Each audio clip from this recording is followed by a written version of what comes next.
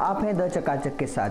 आज के द चकाचक शो में हम चर्चा करेंगे उन व्यापारियों के बारे में जिन्होंने भारत की बैंकों से पैसा चुराया और भारत से बाहर जाकर रहने लगे। ऐसे कई सारे व्यापारी हैं जैसे विजय माल्या, नीरव मोदी, मेहुल चोकसी।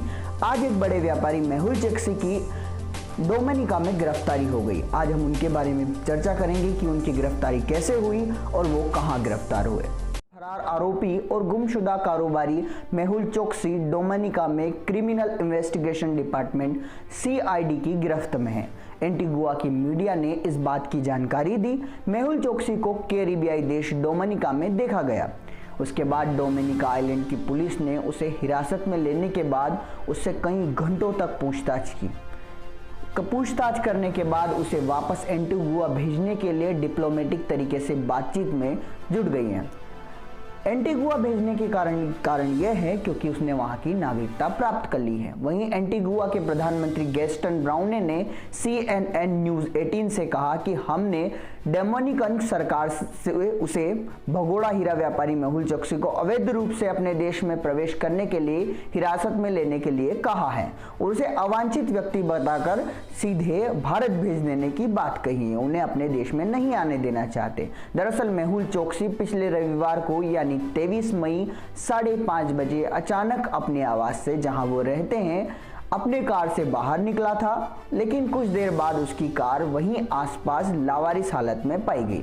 जहां वो खाना खाने के लिए गया था उसी होटल वगैरह रेस्टोरेंट के पास उसकी कार लावारिस मिली। उसके बाद उसके परिजनों और मेहुल चोकसी के भारत में स्थित वकील विजय अग्रवाल के द्वारा मीडिया सहित अन्य एजेंसियों को बताया गया कि वो एंटीगुआ से लापता हो गया है। अचानक से वो गायब हो गया है, जिसके लिए वो सभी बेहद परेशान थे कि उन्हें लग रहा था कि उसके साथ क्या हुआ है। हालांकि उस घटना के बाद वहां की रॉयल पुलिस फोर्स तत्काल प्रभाव से सबसे पहले मेहुल चोकसी को तलाशने के लिए उसके एक स्टील तस्वीर के साथ एक बयान जारी किया।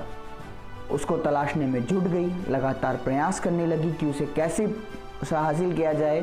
PNB घोटाले में वांछित हैं चोकसी भारत से फरार कारोबारी हैं। मेहुल चोकसी पिछले काफ़ी समय से एंटीगुआ के जाली हार्बर इलाके में रह रहा है। उसके बाद से भारत देश की जांच एजेंसी CBI और ED की टीम उसे वापस भारत लाने के लिए प्रत्यार्पित करने के लिए प्रयत्नशील है, मतलब कि लगातार अपनी कोशिश कर रही हैं, प्रयत्नशील हैं कि किसी तरीके से उसे भारत वापस लाया जाए। बता दें, चोकसी ने पंजाब नेशनल बैंक के साथ कथित तौर पर 13,500 करोड़ रुपए की धोखाधड़ी के मामले में उनके ऊपर इल्ज़ाम है, यानी कि उन्होंने इतने पैसे की धोखाधड़ी कर वो देश से बाहर चले गए हैं। चोकसी के खिलाफ इंटरपोल ने भी रेड कॉर्नर नोटिस जारी किया है।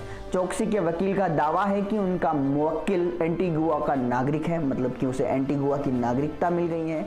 ऐसे में उसके पास एंटीगुआ के सभी लोगों से मिलने के अधिकार हैं। बता दें, कैरिबियाई देश एंटीगुआ के बगल में ही डोमिनिका है, जहां से अब मेहुल चोकसी को पकड़ा गया, यानी कि वो जो है डोमिनिका में चला गया था।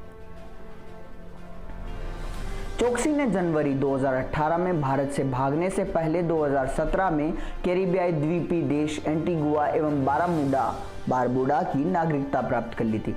सरकारी पैसे से दूसरे देशों की नागरिकता प्राप्त कर ली और वो आसानी से वहां चला गया और देश के पैसों से मौज कर रहा था। चोकसी और उसका भांजा नीरव मोदी के बारे में सारा देश जानता है कि वह भी एक भगोड़ा है और सरकार के पैसे लेकर भागा है। कुछ बैंक अधिकारियों की मिलीजुली भगत के साथ पंजाब नेशनल बैंक के साथ कथित तौर पर 13,500 करोड़ रुपए की धोखाधड़ी करने का इन दोनों के ऊपर आरोप है।